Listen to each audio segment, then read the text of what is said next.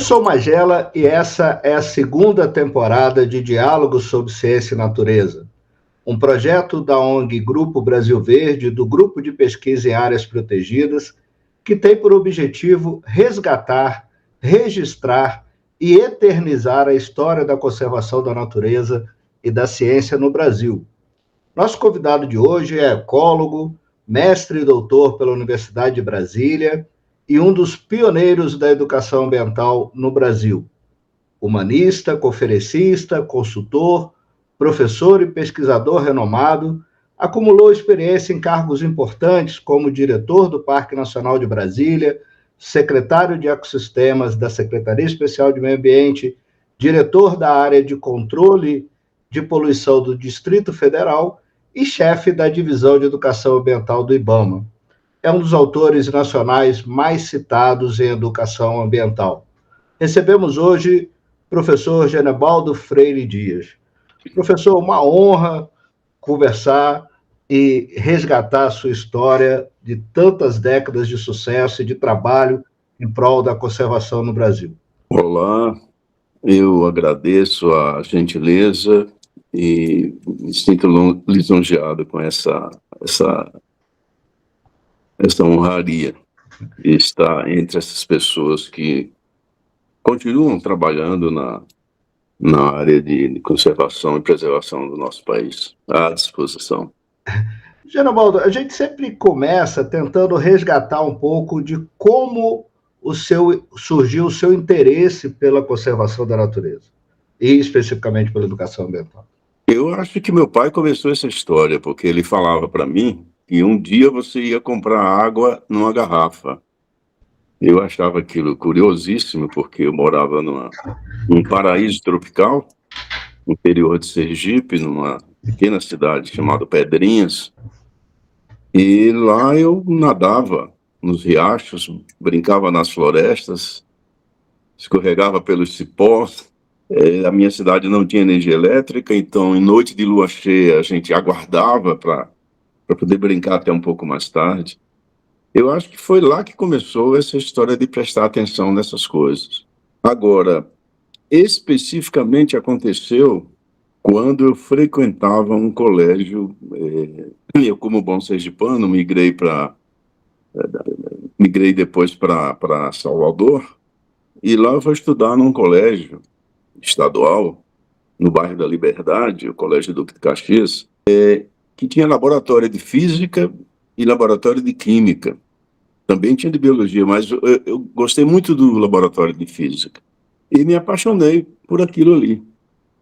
Eu terminei o meu curso lá e logo em seguida, mesmo ainda não estando na universidade, eu prestei um exame e recebi a autorização do MEC para dar aula.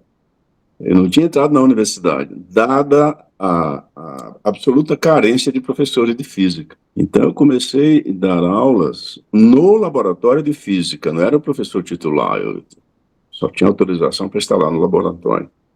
E lá nós criamos o Grupo Científico Alfa. Naquela época, eu estou aí em 1966, por aí. Esse Grupo Científico Alfa, todos queriam ser cientistas. Eu creio que você não vai lembrar, mas existia um programa de TV chamado Perdidos no Espaço. E o sonho do garoto daquela época era ser um cientista. E as escolas estimulavam isso com os seus laboratórios. Eu entrava nessa escola às 8 da manhã, saía às 4 da tarde. Então, ali surgiu o interesse pela ciência, começamos a fazer observações à noite, e eu creio que foi ali que começou tudo, final da década de 60. Especificamente na área ambiental, que não existia naquela época. Veja, esse livro aqui, Primavera Silenciosa, da Raquel Carson, estava no começo, no Brasil ninguém conhecia esse livro. Em 62, né, que ela publicou esse livro. Mas aí caiu em minhas mãos um livro uma revista chamada Planeta, era uma revista em formato quadrado, e falava sobre a questão da poluição. e acentuava o que estava acontecendo em Cubatão, o que estava acontecendo no Japão, na Baía de Minamata, enfim, o que aconteceu em Londres, com aquela inversão térmica, morreram milhares de pessoas em apenas uma semana. E aquilo me encantou. É isso que eu quero estudar. Então, eu creio que foi a partir desse conjunto de elementos aí. O meu pai, a minha cidade, Pedrinhas, o contato com a natureza, o alerta do meu pai, depois o laboratório de física, depois o grupo científico Alfa.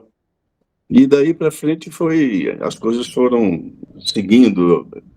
Eu ganhei uma bolsa de estudos da Associação Cultural Brasil-Estados Unidos para aprender inglês. Eu não tinha dinheiro para pagar coisa alguma. E demonstrei meu interesse. Daí eles me deram a bolsa integral. E daí para frente, o que vinha pela frente, eu ia lendo. Então o começo foi assim, em Salvador. Isso. Aí depois desse período você vai para Brasília, né, onde você começa efetivamente sua militância ambiental, não é isso? Tanto a sua formação acadêmica quanto a sua militância também. Queria que você resgatasse para a gente, isso era a década de 70, auge da ditadura, como era ser militante ambiental nesse período? Ah, rapaz, ainda tem umas histórias antigas aí. Antes disso aí, em Salvador, para sobreviver, né? Que eu saí de casa muito cedo, com 16 anos eu já me sustentava. E lá eu terminei sendo, em plena ditadura, apresentador de notícias da Rádio Excelsior da Bahia. Eu era locutor de noticiários todas as manhãs. E a coisa era feia naquela época, porque você tinha que saber, tinha um quadro de avisos dizendo que você podia ou não divulgar. Então aquele foi um aprendizado muito intenso durante 2 anos, e justamente o período também que eu estava estudando inglês, e já era professor de física. Daí uma colega chega para mim e fala assim, Genevaldo, para fazer o que você quer, você vai ter que sair do Brasil. Aqui você não vai conseguir. E ela estava com a razão, porque em Salvador eu comecei a ter banda, tocava guitarra, contrabaixo, e comecei a perder um pouco do foco. Mas ali eu já escrevi o meu primeiro livro, que foi negado a publicação pela Fundação Cultural.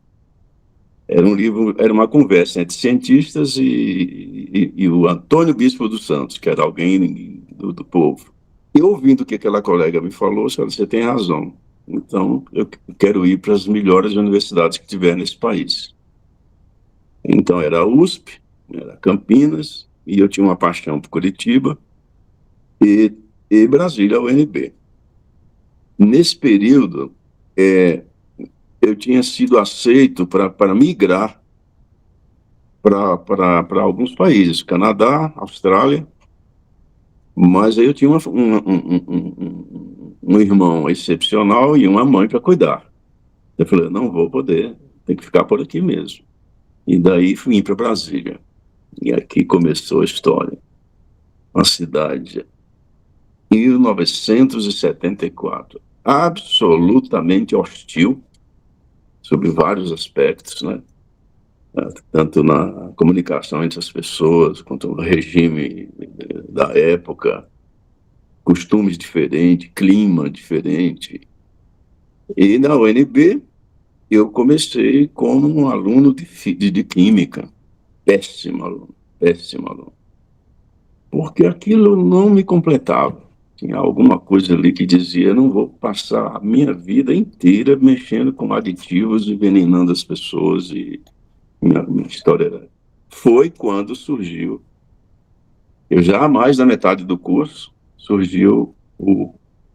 foi criado o curso de Ecologia, na UNB, por um grupo de pesquisadores vindos da Escócia, professor Gifford, e me encantei com aquilo.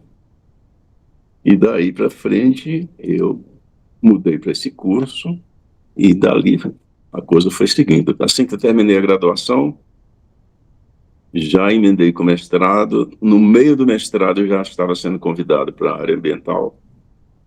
E com a ajuda inclusive dos meus professores de mestrado, que disseram, olha, tem cara bom aqui, leva esse cara aí para trabalhar com vocês. E daí entrei na primeira secretaria de meio ambiente que foi criada em Brasília, trabalhando com Paulo Nogueira Neto. Veja como foi o começo, só com gente de alta significância em termos de conservação no Brasil. Daí eu já entrei como professor e pesquisador da Universidade Católica, e participei do grupo que criou o IBAMA, porque logo da Secretaria do Meio Ambiente do DF foi chamado para a SEMA, que era ligado ao Ministério do Interior. E daí eu saio da Secretaria do Meio Ambiente do DF, vou para a SEMA. Quando eu estava na SEMA, com menos de um ano, ela foi extinta. Lembra? Foi extinta a SUDEV, a SUDEP, BDF e SEMA, e se criou o IBAMA. Então, eu terminei compondo a comissão de estruturação do IBAMA, ou seja, faço parte da criação do IBAMA com os outros meus colegas das outras instituições. E daí para frente, sempre levando a parte ambiental ligado ao IBAMA, outra parte ligada à universidade, envolvido com pesquisa, publicações, palestras, cursos e tal. E foi assim em Brasília, mas não foi fácil, mas eu faria tudo de novo. Professor, eu queria falar um pouco mais desse período em que você foi estudante de ecologia na UNB. Eu imagino que deve ter sido um grande desafio, né? Porque não deveria haver, por exemplo, livros, textos disponíveis em português, né? O acesso não deveria ser tão grande, já que o tema em si era um tema relativamente novo. Como foi ser estudante nesse período com essas dificuldades? E eu também queria saber, assim, eu tive a chance de conversar com o Braulio Dias também, por exemplo, e uma questão que a gente colocou os professores de ecologia não tinham efetivamente uma militância ambientalista, né? Havia, inclusive, um certo preconceito sobre isso? Isso é absolutamente verdadeiro. Eram professores ingleses, americanos, indianos, todos absolutamente pesquisadores, cientistas.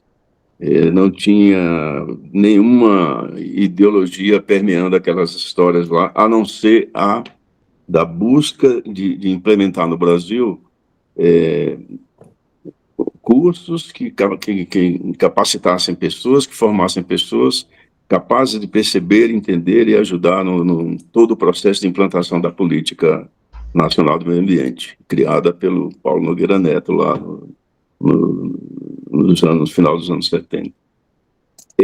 A dificuldade era grande, mas veja só, a gente costuma dizer que quem trabalha com a área ambiental, ela está pensando no bem comum, ela está pensando no todo, e você está sempre protegido. Por que eu fui estudar inglês antes? Eu não tinha um tostão. Entrei no consulado americano em Salvador, para falar com o cônsul, sem marcar nada, era horário de almoço, e ele me atendeu. O que você, com aquele português arranhado dele, o que você... E contei a história para ele. Eu quero aprender inglês. Porque lá na biblioteca da Associação Cultural Brasil dos Estados Unidos tem livros belíssimos, e na época, na Rádio Excelsior, tive um programa que falava sobre a missão Apolo 11. Eu respondia pergunta para as pessoas. Enquanto eu falava com o cônsul, ele preenchia um papel lá. Depois ele me entregou o papel e falou, vai lá na associação. Eu li aquele papel escrito à mão, não entendia nada. E fui lá me apresentar no seu Antônio Passos, lá na Associação Cultural dos Estados Unidos. E ele falou, olha, o seu horário é esse aqui, você vai estudar assim, os livros são esses, tal. Eu disse, mas que história é essa? Não, você ganhou uma bolsa integral. E foi o meu ganha-pão durante muito tempo como professor de inglês. Porque era um período de tinha que trabalhar muito para tinha as minhas responsabilidades familiares, mas tinha o foco de dificuldade nunca foi obstáculo nenhum.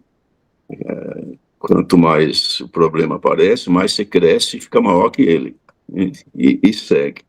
Então, o acesso às publicações, os livros eram basicamente em inglês. E naquela época, eu estou falando década de 70, realmente não tinha publicações em português. Mas foi muito interessante. E os professores cooperavam muito, arrumavam livros, artigos, não tinha internet, não tinha nada disso. O intercâmbio com cientistas de outros lugares era extremamente complicado, dificultoso. Enfim, foi um período riquíssimo em esforço, em disciplina, em foco, em superação, mas com muita alegria, tá? Com muita satisfação.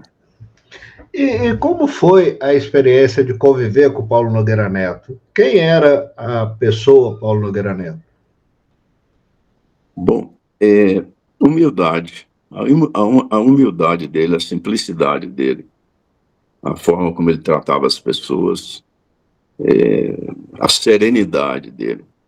E nas reuniões que eu tinha com ele sempre falava de forma, sabe, pausada, aquele jeito bem paisão, tranquilo, em certos momentos um tremendo gozador quando ele percebia a incompreensão das pessoas e não entender a dimensão ambiental naquele período. Foi uma experiência e tanto, aprendi muito com ele. Eu ouvia mais do que falava, obviamente, e foi uma honra poder estar ao lado dessa pessoa que eu considero como o pai do surgimento da política brasileira, política nacional de meio ambiente. Muito bom. Gerobaldo, e a experiência de ser chefe do Parque Nacional de Brasília? Como foi esse período? Quais os desafios, os principais desafios que você enfrentou naquele momento? Bom, eu fui convidado para ser diretor do parque pelos meus ex-colegas da SEMA, porque eles diziam, olha, tem que ter um cara meio maluco lá, porque tem muitas complicações no parque. Eu diria para você que foi a pior experiência que eu tive na minha caminhada, porque você tem que ter um jogo de cintura político que você está na capital do país e que eu não tinha e nem tenho. Tanto que até hoje eu não sou afiliado a partido nenhum. Primeiro que eu não acredito em estrutura de partido, o nome já está dizendo, é partido. Não funciona, não funcionou nem no Brasil e nem em nenhum lugar do planeta. Nós estamos margeando um período de mudanças profundas, mudanças políticas profundas de mentalidade, de essas ideologias ultrapassadas, obsoletas, que serviram para, em 3.000 anos de história da humanidade, nos envolvermos em 5.000 conflitos, ou seja, de uma beligerância absurda. E isso daí terminou culminando com uma forma de eu me portar diante dessas situações com mentalidade absolutamente de cientista.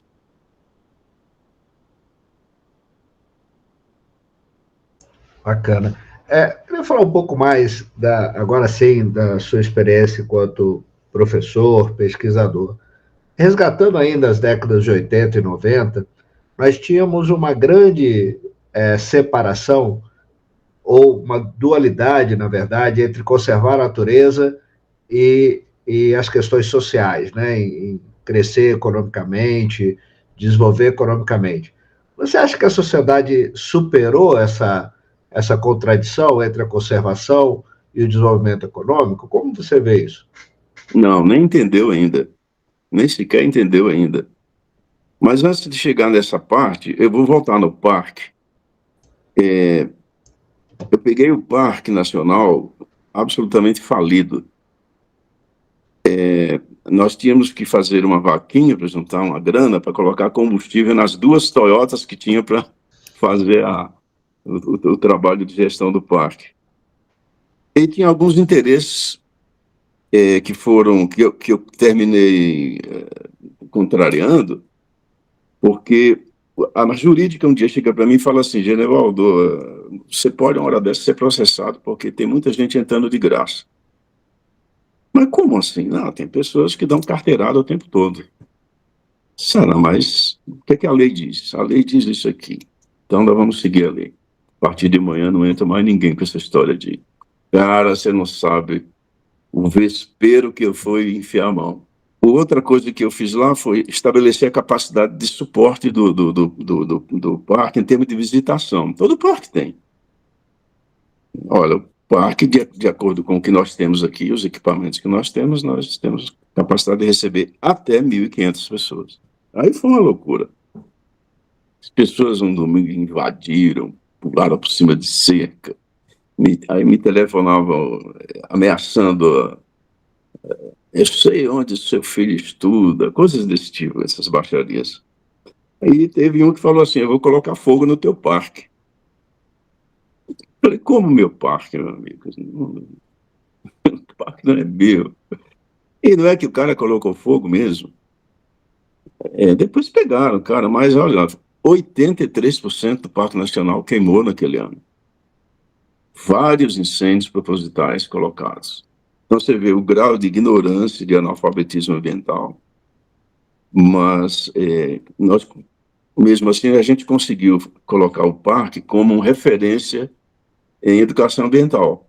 Nós criamos um programa de educação ambiental que terminou virando benchmark de empresas grandes, como o Polo Petroquímico de Camaçari, Braskem, Cetrel. Várias empresas visitavam o Parque Nacional para conhecer o programa. Lá foi criado o primeiro grupo de voluntários dos parques. Fizemos lá, a nossa equipe era fantástica, fizemos o primeiro manual para voluntário. Nós tínhamos muitos aposentados trabalhando como voluntário no parque. Um trabalho muito também ligado com o pessoal do Ministério Público para oferecer cursos para as pessoas que tinham cometido algum delito na área ambiental. Então, essas são as coisas boas que aconteceram lá. Tirando essa parte E tem um episódio curioso que uma vez um sujeito invadiu o parque, colocou uma mangueira nas nascentes, em algumas nascentes, e puxava a água para a chácara dele, para as piscinas dele. Um parque federal, cara. O cara fez isso. Então, o pessoal me comunicou e tal, o pessoal lá da segurança foi e retirou as mangueiras. Para que isso, cara? Você não sabe a confusão que deu. Nós recebemos um processo porque você não podia fazer aquilo, velho. Um bem que não é seu. Resultado, a gente tirou as mangueiras, entramos com a liminar, tivemos que colocar as mangueiras de volta. Depois entramos com a liminar e tiramos as mangueiras. Isso ficou assim, entra e sai mangueira um tempão. Um dia resolvemos visitar o juiz que estava dando essas... E ele não atendeu a gente, ele deu um prazo de espera de mais de 2 horas. E quando ele finalmente surgiu para falar com a gente, nós olhamos assim para ele era sabe, aquele pavão, com aquelas penas abertas. Ele não deixou ninguém falar. E daí nós fomos embora, o colega virou para mim e disse assim: olha, Genevaldo, ali só tem uma solução, é o ciclo biológico. Esse velho vai morrer um dia. E tem muitas áreas que estão acontecendo coisas semelhantes. Esse pessoal que tem a mentalidade colocada no século passado não muda, mas é parte do processo evolutivo. A vida na Terra é essa, é você conviver com pessoas que estão em diferentes graus evolutivos e saber conviver com isso, entender e não viver a vida de modo complicado nem angustiado, seguir. Resumindo, a experiência do parque teve assim, bons momentos e alguns perrengues. E a questão da sociedade moderna? Você acha que você conseguiu separar essa contradição entre conservação e desenvolvimento econômico? Não, isso ainda está aí até hoje. Porque tem um grupo de pessoas sentadas no lucro que não enxergam isso e nem vão enxergar. Isso faz parte do processo evolutivo. Essa parcela que vai passando a entender o que é estar na Terra, numa vida curtíssima, numa jornada transitória absolutamente não tem como você evitar, essa parcela deve aumentar de pessoas que vão perceber o que é estar na Terra e passar a ter comportamentos, atitudes, decisões, pensamentos, ações mais voltadas para isso, que a gente chama do novo iluminismo, que é o que está acontecendo no momento. Mas coisa boa não vira notícia. Então, o que está acontecendo, que às vezes a gente acha que está tudo perdido, ou que é assim mesmo, não, é um processo que está em pleno desenvolvimento.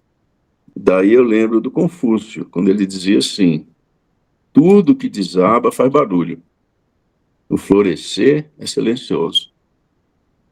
Então está desabando, é porque tem que desabar mesmo, faz parte do processo. Essa briga incrível dos blocos, essas brigas religiosas intermináveis, absurdas, ignorantes, essas brigas por ideologias, tudo isso é parte do processo evolutivo, do entendimento da espécie em saber o seu lugar e o que está fazendo aqui. Esse novo iluminismo está em pleno processo de desenvolvimento, é o florescer silencioso.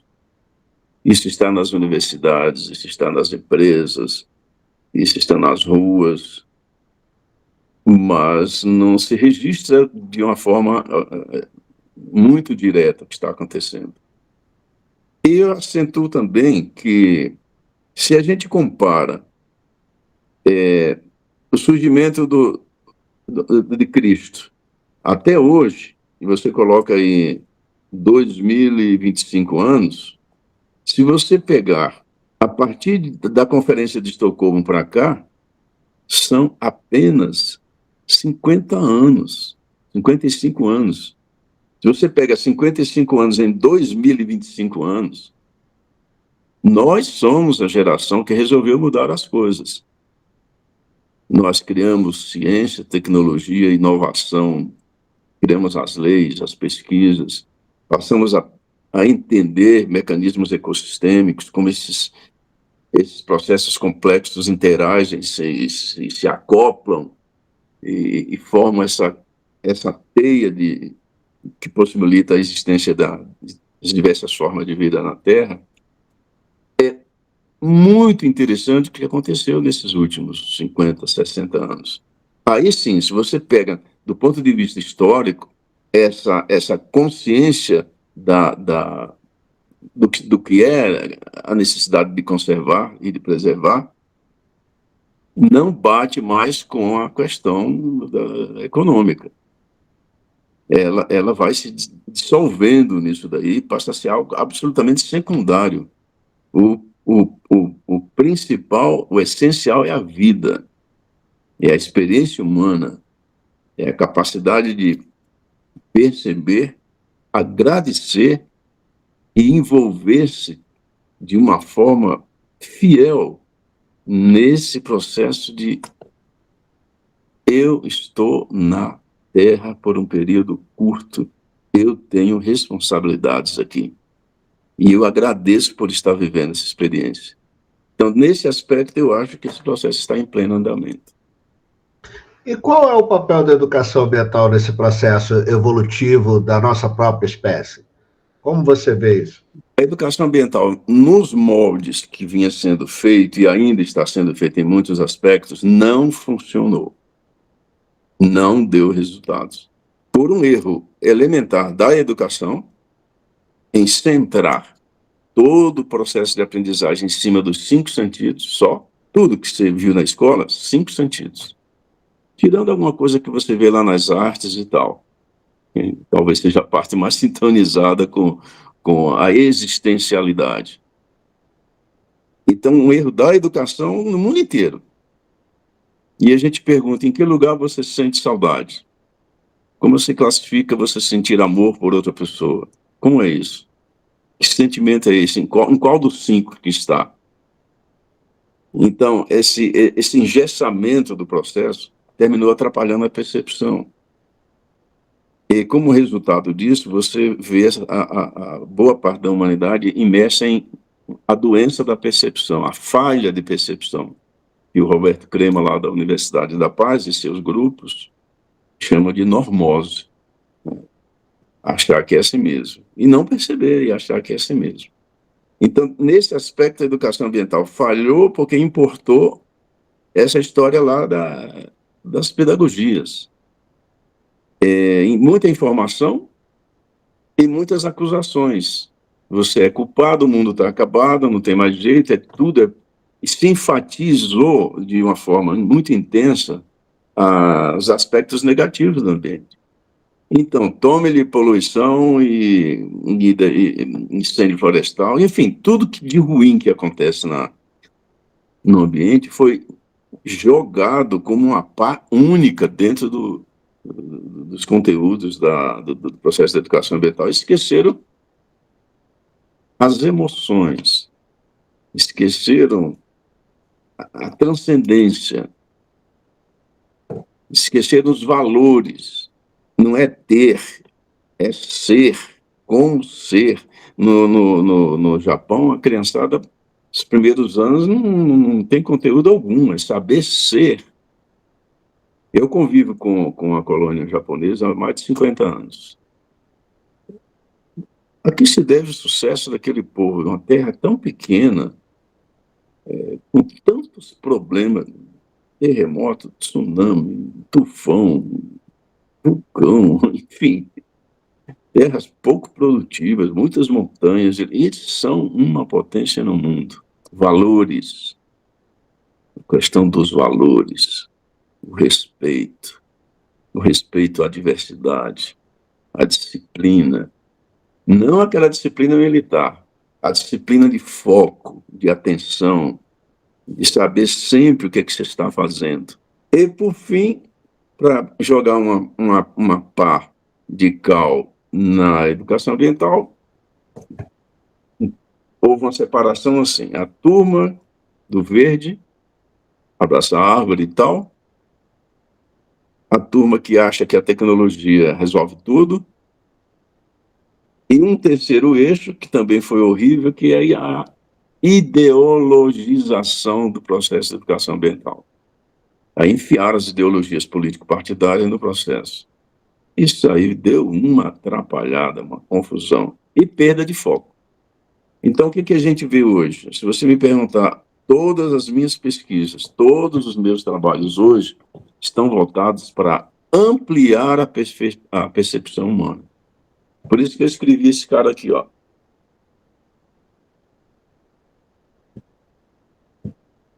Nesse nosso livro, a gente fala sobre egoesclerose. Falamos sobre isquemia perceptiva. A nossa espécie, Homo sapiens sapiens, vive uma falha de percepção. E uma outra coisa, a gente vai precisar, para enfrentar os desafios que nós temos, principalmente a mudança do clima, vamos precisar ser como nunca fomos. Ou seja, eu preciso de processos novos. E isso está aberto no novo iluminismo. Aguçar a percepção, expressar a gratidão, viver a leveza, viver a essência. A educação ambiental esqueceu disso. Tratou só dos problemas, do que você é culpado, enfiou com ideologia, e o pessoal da área produtiva e responsável se apoderou de alguns conceitos e colocou lá dentro, sabendo que aquilo não funciona. É claro que você tem que separar. Eu separo empresas sérias que trabalham a educação ambiental nesse processo de ampliação da percepção, como aquelas que é apenas marketing ou cumprimento de um marco legal. Mais ou menos por aí. Mas, olha, é assim mesmo, sabe? É assim mesmo. O processo assim faz, erra, conserta, levanta. Então, se a gente for olhar nessa distopia aparente que a gente tem, né, ela ela é parte de um grande processo de evolução que se arrasta ao longo de milênios. E, finalmente, fechando isso, a educação ambiental precisa centrar na ideia de que quem está precisando melhorar muito é o ser humano. Uma melhora interior, uma reforma interior, uma revolução interior, aquela que acontece sem bombas, sem explosões, sem mísseis. E esse é o grande desafio. Essa evolução, ela é clara nas suas publicações, né? Eu acho que os seus livros devem ser como filhos, né? É difícil escolher um, mas eu queria destacar um dos primeiros, Educação Ambiental, Princípios e Práticas, que inspirou inúmeras gerações de professores e ambientalistas. Eu mesmo tive a sorte de me inspirar nesse trabalho e foi uma das primeiras publicações de educação ambiental que eu li. Queria que você falasse um pouco do impacto desse livro e também da dificuldade de se formar professores para atuarem de forma efetiva na educação ambiental. Olha quem está aqui, ó. Essa é a nova edição, é a 10ª edição desse livro que você está falando, Educação Ambiental, Princípios e Práticas, da editora Gaia. Cara, o surgimento desse livro é incrível, porque eu já estava no IBAMA, aí eu estou em 91, e me chega um aluno da universidade dizendo: professor, o tal livro azul que você tanto fala, a gente achou no incêndio. Aconteceu um incêndio em um ministério. Que livro azul é esse? É o livro que veio de Tbilisi para o Brasil, aquela primeira conferência sobre educação ambiental em Tbilisi. Esse livro azul, ele trazia o que é educação ambiental, quais são os objetivos, quais as recomendações, quais as práticas, enfim, precisava saber sobre educação ambiental. Esse livro veio para o Brasil, foram 10 exemplares, e queimaram 9, conseguiram salvar do incêndio, e chegou às minhas mãos. Falei, caramba, isso que é educação ambiental. Aí eu traduzi, peguei alguns experimentos que eu já fazia na universidade, acoplei e falei, olha, IBAMA, precisamos publicar isso. Fizemos uma primeira publicação no encarte, a primeira publicação em educação ambiental para professores no Brasil. Foi feito por mim e por meus colegas da Divisão de Educação Ambiental do IBAMA. Saiu na revista Nova Escola, um encarte, 40.000 exemplares.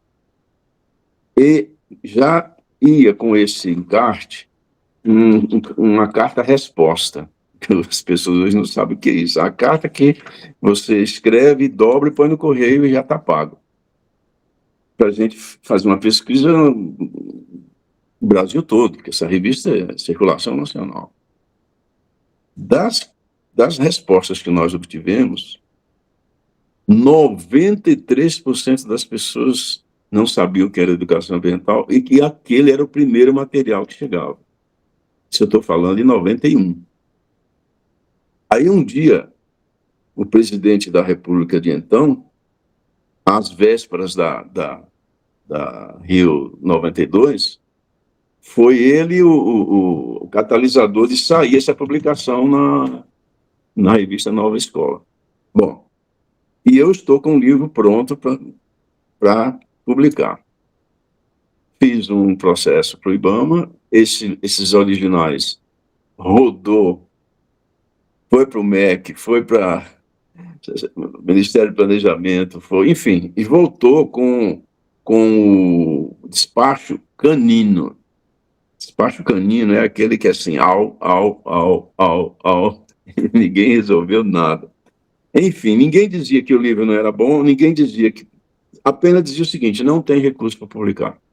Eu fiquei triste, porque faltava pouco tempo para começar a Rio 92.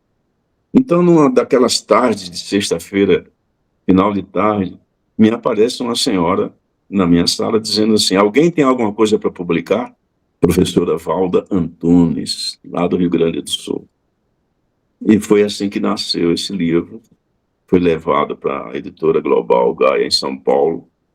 Em menos de 2 meses o livro estava pronto e nós fizemos o lançamento durante a Rio 92. Hoje ele está na 10ª edição, não sei a tiragem também, mas eu creio que eu fui orientado pelos meus protetores a não tenha vaidade nenhuma sobre isso. Aliás, sobre qualquer publicação, porque você não é autor de coisa alguma. Você teve a oportunidade de reunir os materiais que chegam, né, as intuições que vão chegando, e você teve a oportunidade, a possibilidade de materializar aquilo. Então, não alimento nenhum tipo de vaidade, principalmente que tem uma coisa chamada referência bibliográfica. Você sempre esteve convivendo com gigantes, com pessoas que, durante milhares de horas de trabalho, deixaram esse legado de informação e de formação. E você sabe, eu sinto isso quando eu entro numa biblioteca. Quando você passa nos corredores, com livro dos dois lados, capaz de você sentir o respirar dos autores, o esforço, a luz, né, a vontade. Essa foi a história desse livro que sempre que nas minhas andanças por aí, as pessoas me falam isso que você acabou de dizer. E, olha, foi um livro que ajudou e tal. Então, cumpriu o papel. Aproveitando essa sensação gostosa que você citou, da gente manusear um livro, né, e absorver as ideias dos autores, nessa sociedade moderna, pensando nas futuras gerações, isso está se perdendo? E que impacto você acha que isso tem na formação dos nossos jovens? Olha, há uma má vontade em achar que os jovens não leem, mas leem. Eles têm acesso à informação por outros caminhos completamente diferentes dos nossos. E depende também de grupos específicos, de pessoas especiais que desenvolvem projetos e canalizam essas energias que já estão, mas falta a sintonia entre elas. Eu posso citar o exemplo da cidade de Sobral, no interior do Ceará. Todos os anos, eles recebem o prêmio de melhor qualidade de ensino público nos primeiros anos. Você visita as escolas lá, todas têm bibliotecas, todas têm laboratório, escolas públicas.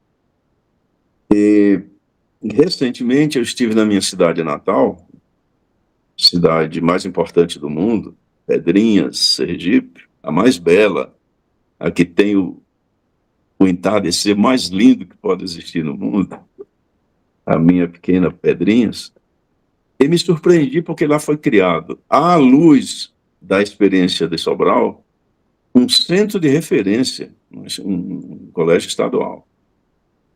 Você precisa ver o que se faz lá dentro. Salas organizadas, arejadas, laboratórios, várias atividades. Você imagina robótica no interior de Sergipe.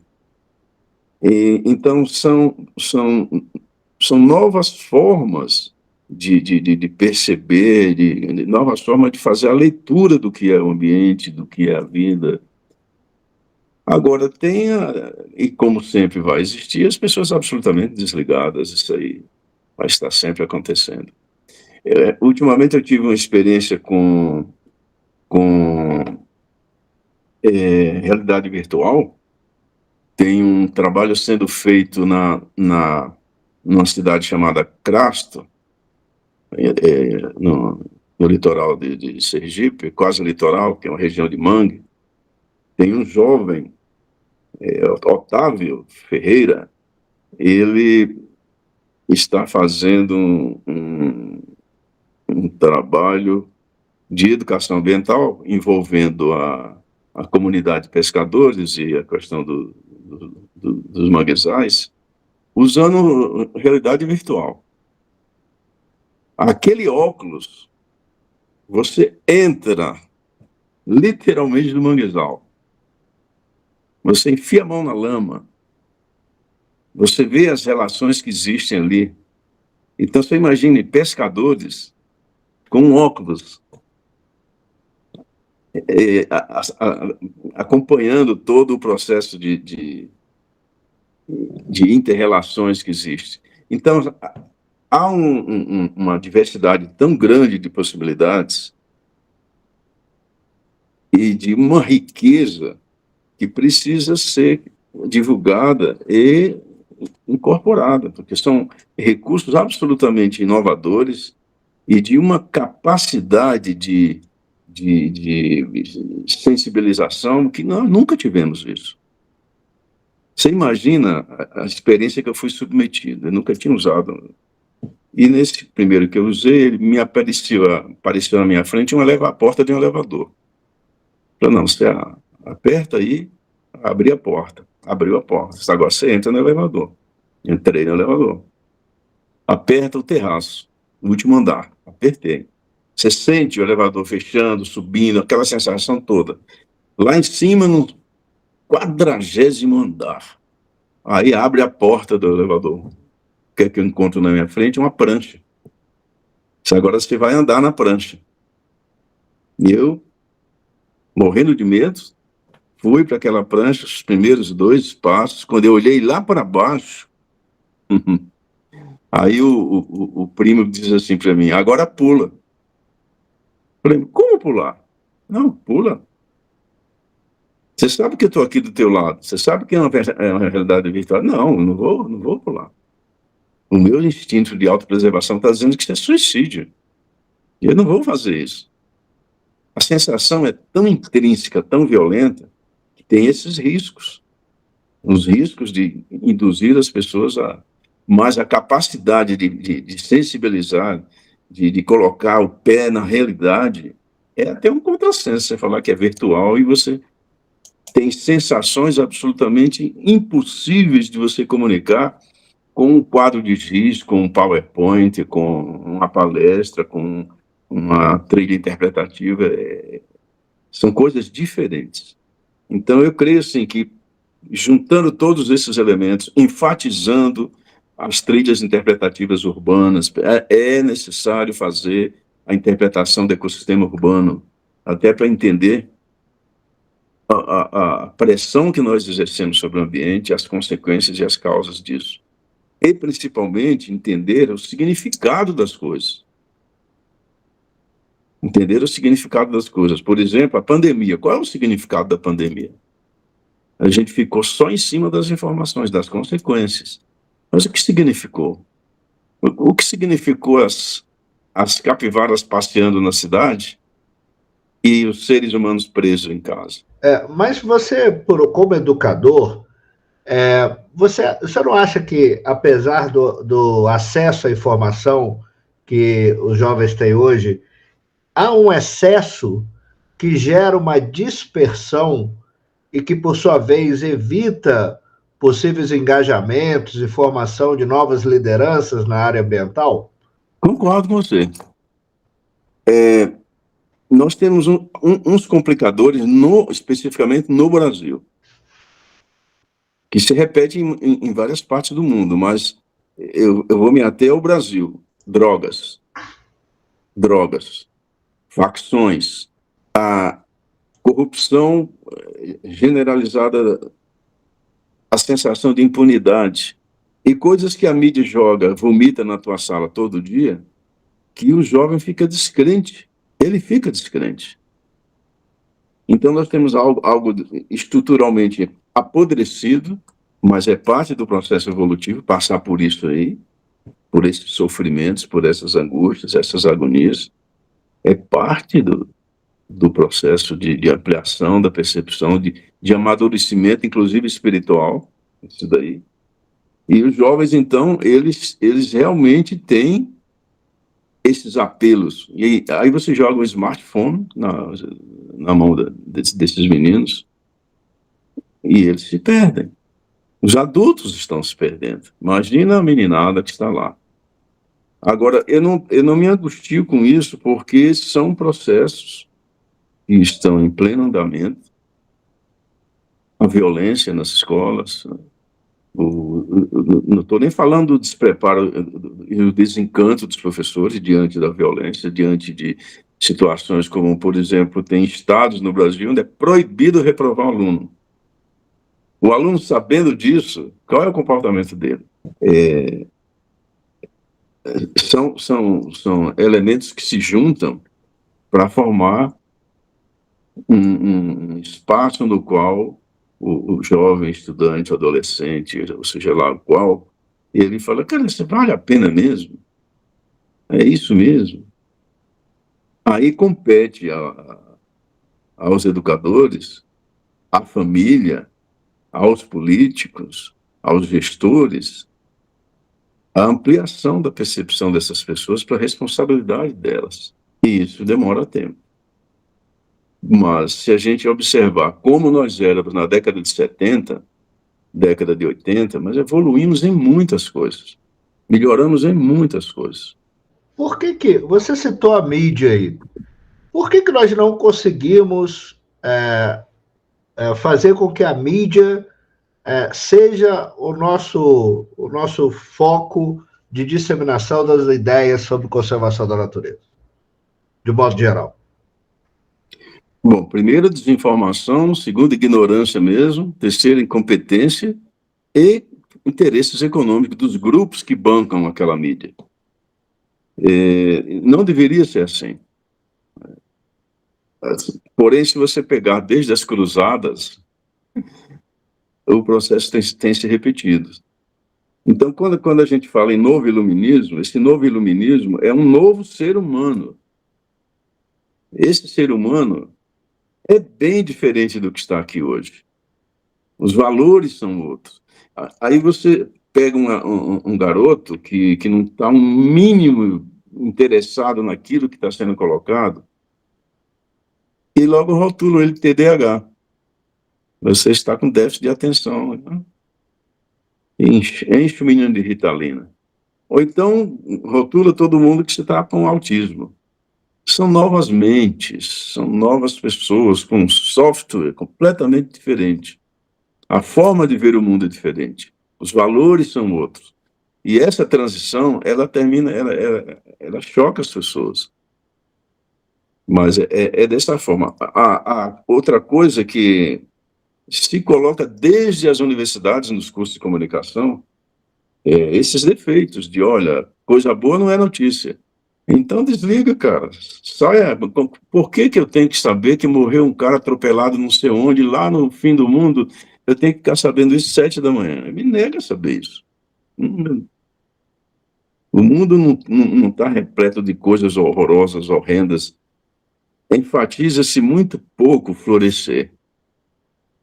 E quase que totalmente os desabamentos. Sem dúvida. Nós estamos agora no nosso grupo de pesquisa aqui, até produzindo um artigo que nós intitulamos Contando Boas Histórias, né? Porque é tão raro a gente mostrar que coisas boas estão acontecendo, né?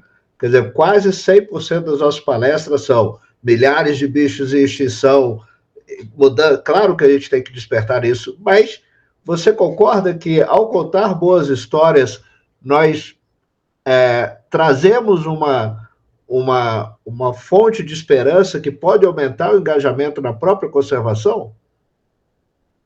Absolutamente certo. Acho que nesse livro de Educação Ambiental, Princípios e Práticas, uma das primeiras edições, tem uma historinha lá que fala que como é que você quer impressionar aquela garota que você está louco para namorar com ela, dizendo o seguinte para ela: olha, eu tenho péssimos hábitos de higiene, eu tenho mau hálito, eu tenho isso, eu tenho aquilo. E é assim que a gente está fazendo boa parte do processo de educação ambiental. Quando as questões ambientais são apresentadas, não se apresenta a exuberância do ambiente, não se apresenta os milagres dos entrelaçamentos ecossistêmicos. Não se consegue desenvolver o que René Dubos falava, que era o encanto da natureza. Olha só, está aqui, ó. Namorando a Terra, René Dubos, década de 60. O encantamento de você estar vivendo esses elementos. Aquilo que eu sentia quando eu brincava com meus amigos de infância na minha cidade natal, em Pedrinhas, quando eu tomava banho nos riachos, quando a gente via passarem as cobras, os passarinhos, as frutas, de você colher uma jaca e dividir com os amigos, de você encontrar um cajueiro e experimentar o fruto. Esse encantamento foi esquecido, porque foi taxado, isso é verdismo, isso é coisa de preservação absoluta. Não é, não é. Se você não enfatiza os aspectos positivos do ambiente, não vão ser os negativos que vai fazer você ter qualquer tipo de engajamento. Então, realmente, essa ideia que vocês têm de mostrar as coisas boas, de enfatizar isso, é absolutamente construtivo. E aí, quando eu olho um pouco, esse ano eu estou completando 30 anos de militância, de trabalho, e quando eu olho um pouco para trás, às vezes dá um sentimento de frustração. Por que nós não conseguimos chegar a fazer com que a sociedade entenda que, de fato, é uma questão de sobrevivência da própria humanidade e conservação da natureza? Onde nós erramos? Será que os ambientalistas, ao longo das décadas, romantizaram demais a questão ambiental e não fomos capazes de mostrar ou de relacionar a questão ambiental com questões mais próximas à realidade das pessoas, como questões econômicas, políticas e até mesmo de saúde pública? Eu vejo um pouco diferente disso aí. Isso ainda vai continuar há muito tempo. Só que à medida que as coisas vão acontecendo, por exemplo, com o desenvolvimento de tecnologias, você começa a decodificar a complexidade de estar aqui. No dia que a gente tiver consciência planetária, ou seja, eu vivo em um planeta, uma esfera minúscula suspensa num sistema solar, aventura cosmos adentro, e que é tudo muito passageiro, a gente possa desenvolver uma percepção que nos leve a comportamentos absolutamente solidários, mais compreensivos, né? Tem mais gratidão por estar aqui. Mas isso dá saltos.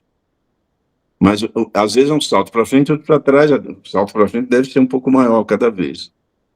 E isso, de certa forma, está acontecendo em várias partes do mundo. E essa ênfase que se dá nas catástrofes, nas guerras e tal, esquece. E aí não é romantismo. Aí é você decodificar, decifrar os elementos que permitem que a vida exista na Terra. Por isso que eu não afasto nunca, e já fui demonizado por isso, o conhecimento das leis ecológicas, conhecimentos ecológicos, os conhecimentos da ecologia dentro do processo de educação ambiental. Peço que as pessoas entendam, cara, é tudo interligado. O que eu faço aqui tem a ver, o que faz lá tem a ver. Perceber essa complexidade. Agora, tem setores da sociedade que têm uma percepção embotada por valores absolutamente econômicos. Isso não muda tão fácil. Só que se você olha lá para trás e vê o que era... Eu me lembro que uma vez, eu falando sobre a necessidade de incluir os conhecimentos ecológicos nas práticas de campo, teve um professor que chegou para mim e falou assim, eu era aluno, no curso de física, ele falou assim para mim, esse negócio de ecologia, meu caro, é coisa para escocês, ser brasileiro. Década de 70. Então, eu estou completando quase 60 anos de militância ambiental. eu tenho uma visão muito otimista, principalmente pela atuação de um grande professor que nós temos hoje. Chama-se professor Mudança Climática. Muitos setores vão aprender na marra, vão ter que se ajustar às pressas para não sucumbir à quebradeira. Então, vários setores que resistiam, eu tenho acompanhado algumas feiras dos agronegócios, é impressionante a evolução desse pessoal. É impressionante a nova visão que eles desenvolvem de responsabilidade de preservação da saúde dos ecossistemas, de equipamentos que agridem menos, consomem menos, de práticas que estimulam a eficiência e que a área ambiental precisa tomar conhecimento desses avanços que eles fazem. O trabalho que a Embrapa desenvolve, junto com a Ematerra, está absolutamente brilhante. Se a gente for analisar o tipo de veneno que se usava na década de 70, estou falando do DDT, e o que tem hoje, é uma evolução fantástica do ponto de vista de agressão ao ambiente, é uma redução impressionante. Agora, é claro que tem setores que resistem a essas mudanças, porque não querem diminuir a sua margem de lucro. A percepção não chegou nesse ponto aí, mas faz parte do processo. Você citou a importância do ambiente urbano. Quais são os desafios que as nossas cidades têm nesse cenário de mudanças climáticas nas próximas décadas? O maior desafio é gestão. É você ter gente competente no lugar certo, na hora certa. Porque os cenários estão colocados, os desafios estão aí, os dados estão disponíveis, as consequências nós já sabemos, e é mãos à obra, é partir para o processo de adaptação, melhorar a mobilidade, melhorar a eficiência energética, enfim. O ABC já é bem conhecido, mas vamos precisar de gestores competentes para isso, entendam esses cenários e esses desafios. E isso aí vai variar de uma região para outra.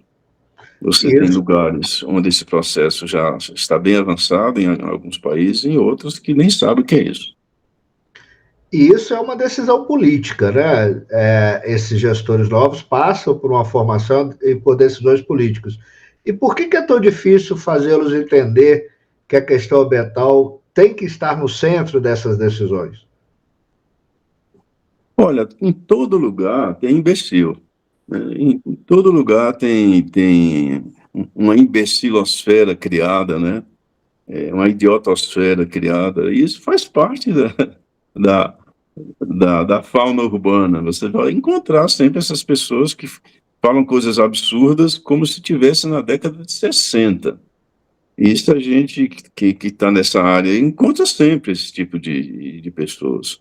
Agora, o que acontece é quem tem gente competente se adapta, mitiga, busca soluções, mas de qualquer forma, todos os ecossistemas urbanos, e quanto mais amplo ele for, quanto maior o número de pessoas vivendo, mais sufoco vai passar com a mudança do clima. Você não vai comparar nunca a minha cidade, por exemplo, Pedrinhas tem 7 mil habitantes, a capacidade que ela tem de absorver, a capacidade de resistir, de resiliência em relação aos cenários climáticos, não pode comparar com uma cidade como, por exemplo, São Paulo. Milhões e milhões de pessoas que estão sob possibilidades de colapso altamente desequilibrantes, né, distópicos, que pode acontecer de uma hora para outra. Mas foram as escolhas que nos levaram a isso. E essas escolhas erradas traz consequência. E essa consequência, ela aparece independentemente da capacidade que você tem de tentar enganar os ecossistemas. Os ecossistemas não sentam na mesa de negociação, eles existem. Você, você é muito apaixonado pela UNB, pela Universidade de Brasília, né? Teve toda uma formação lá dentro e pelo que sei, você continua frequentando quando pode a UNB. Você acha que a universidade pública hoje é a mesma daquela da década de 70? Ela é melhor, ela é pior? Qual a sua percepção sobre isso? Eu teria que separar grupos de estudantes. A UNB continua sendo um excelentíssimo centro de pesquisas, de inovação em tecnologia em diversas áreas, reconhecida mundialmente. Agora, você tem um outro grupo de pessoas que estão lá por questões ideológicas. E aí o pessoal é muita droga, muita festa, muita cerveja, muita farra e pouco rendimento, pouco retorno ao país. E, curiosamente, essas pessoas são as pessoas de classes mais altas. Porque entrar no vestibular da UNB não é fácil. As provas são realmente exigem bastante. E as pessoas que têm menor poder, menor condição de frequentar cursos que preparem são os mais riquinhos, né? Então, a universidade está começando a ficar frequentada pelos mais ricos e que não pagam, né? Exatamente aqueles que teriam condição de pagar. É uma deformação. Eu fiquei um pouco triste ao ver a situação dos DCS. Uma lástima. Aquilo não é um ambiente acadêmico. Aquilo é um ambiente degradado. E não me venha com... Eu fui hippie. Hippie é uma percepção de mundo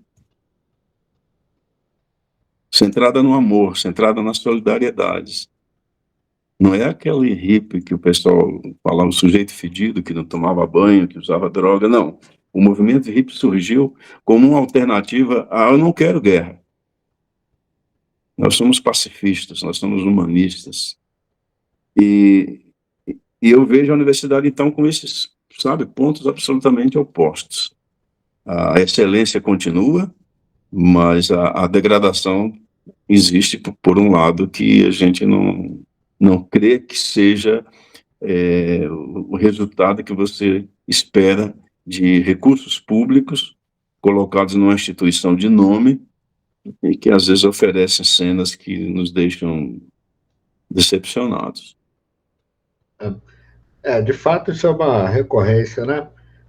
Agora, voltando um pouco para a questão política, como você vê o retorno de pautas que motivaram a própria expansão do movimento ambientalista, como a retomada de programas nucleares, propostas de desenvolvimento tradicionais, como exploração de petróleo, mesmo num governo que tem uma ministra do quilate da Marina Silva? Essas encruzilhadas, elas acontecem em muitos países. E, às vezes, as pessoas não têm outras alternativas.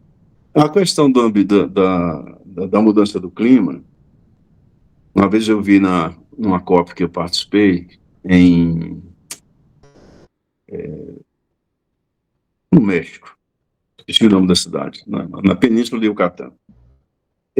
Alguém falou assim, a questão climática mundial é mais ou menos o seguinte, é um banquete onde os países ricos, todos foram convidados, mas os países ricos chegaram primeiro. Consumiram bastante coisa. Os países em desenvolvimento chegaram depois, e depois veio a conta para pagar. Mas eu não consumi isso aqui não, mas você está no banquete, né? Eu achei interessante essa analogia para colocar dificuldade nisso daí. Isso é uma ponta da história. A outra ponta é o cenário e o desafio. Eu não gostaria de estar no lugar da ministra para uma questão tão complicada e que ela, de uma certa forma, está fazendo numa linguagem bem das tripas coração para conduzir esse processo. Nós chegamos a um ponto que nós deveríamos ter desmatamento zero, ou seja, não se tira mais uma árvore do planeta. Não se perfura mais nenhum poço de petróleo. Não se mexe mais em nenhuma mina de carvão. Isso deveria ser um programa das nações. Uma premissa via ONU para todo mundo. Olha, acabou.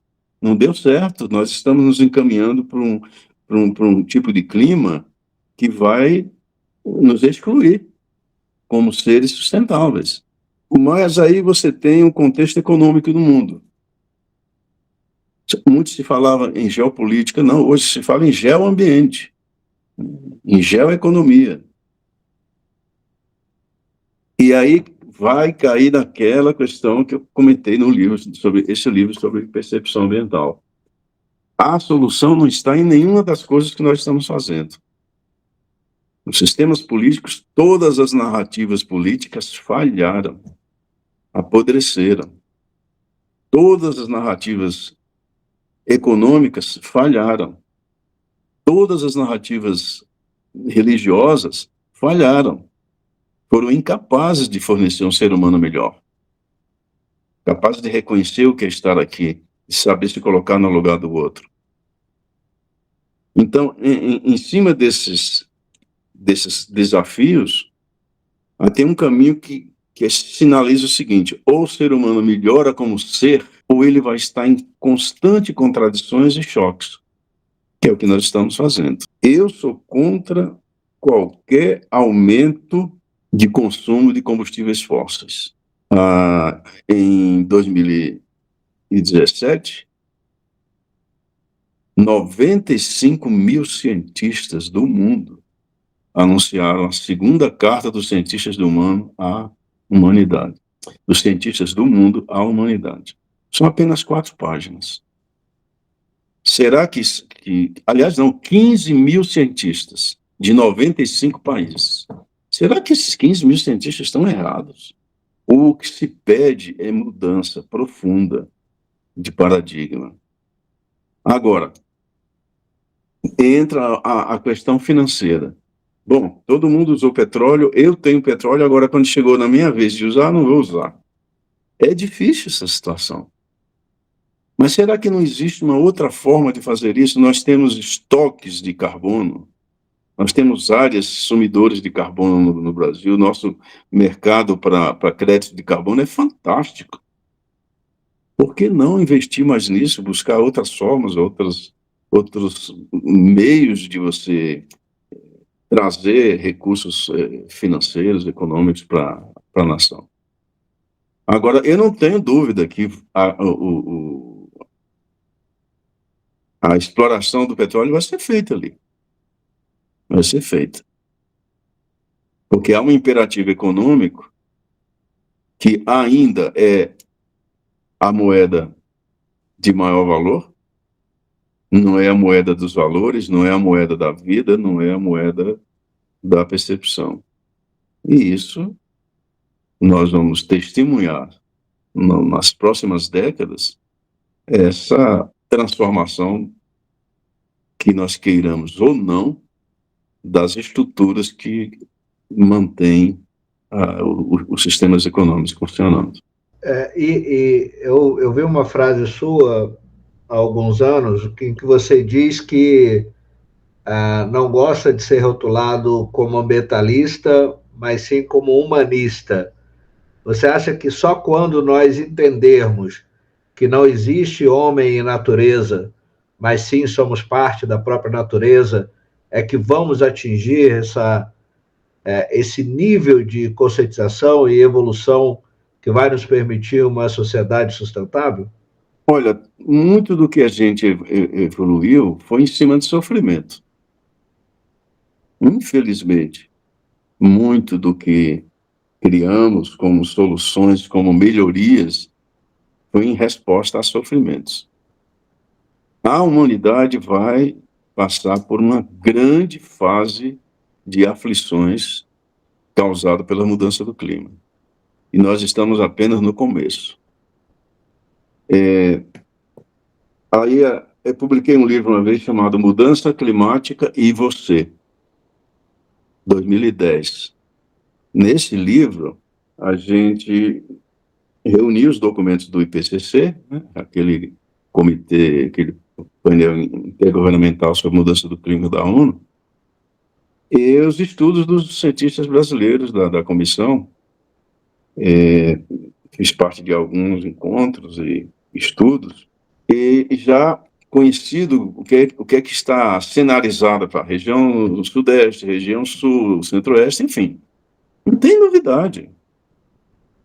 A ciência não aceita que você jogue os dados. E nós vamos passar por esses processos de aflições, de sofrimentos, causados principalmente pela fraqueza da segurança alimentar no mundo. Agora, tudo isso são processos de autodepuração, de aperfeiçoamento. Erra, conserta, erra, conserta.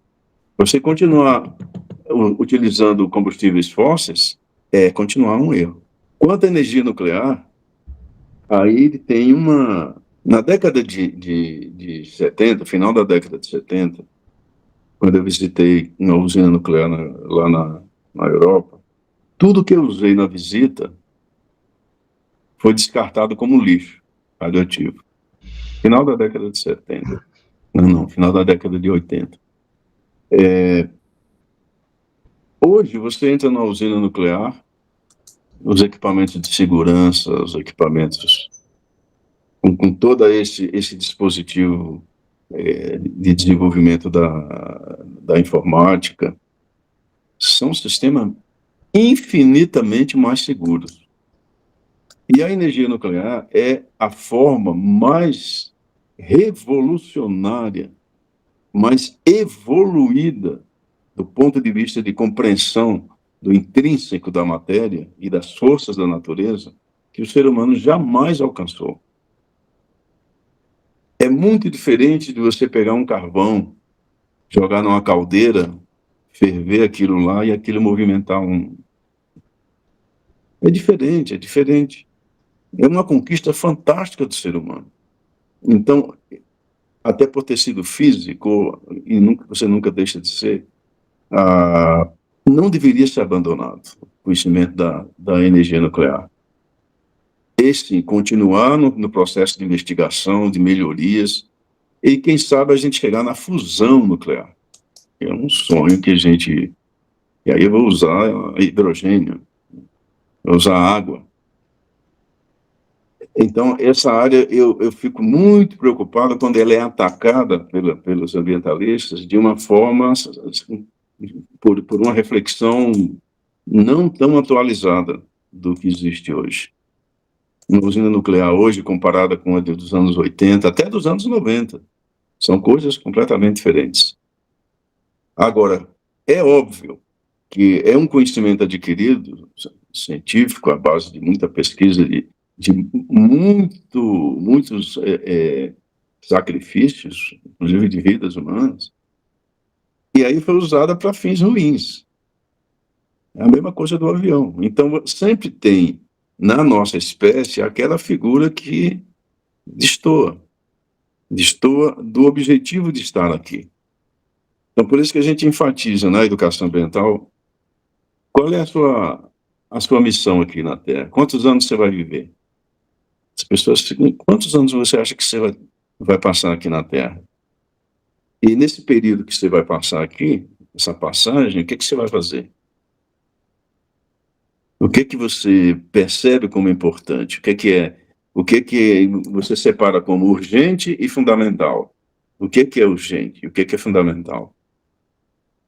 Então, isso tudo num contexto de ampliação de percepção ambiental, você nota, o ser humano precisa melhorar o seu interior. A melhoria do interior leva a todas as outras coisas. Agora, isso vai levar tempo. alguns milênios, mas é parte do processo. Muito bom. Senhor Mauro, eu quero te agradecer muito a sua gentileza, doar esse tempo para a gente, né? Como sempre, uma conversa inspiradora. Tenho certeza, né, que você já deixou sua marca nesse planeta e ainda tem muito a contribuir para a formação de muitas gerações de ambientalistas. Então, muito obrigado. Para mim foi uma honra conversar com você e espero que você tenha gostado também de relembrar esses momentos conosco. É sempre bom encontrar com vocês. Vocês têm uma cabeça excelente, têm uma percepção fantástica, refinada dos nossos contextos. Quero agradecer o convite e deixar o meu site à disposição, é o genebaldo.com.br. E também o Facebook, o Instagram, aquelas coisas. Muito obrigado pelo convite. E Confúcio, o que desaba faz barulho. O florescer é silencioso. Sejamos o florescer. Muito bom. Pessoal, esse foi mais um diálogo sobre ciência e natureza. Nos vemos na próxima semana com mais um convidado ou uma convidada. Grande abraço, então.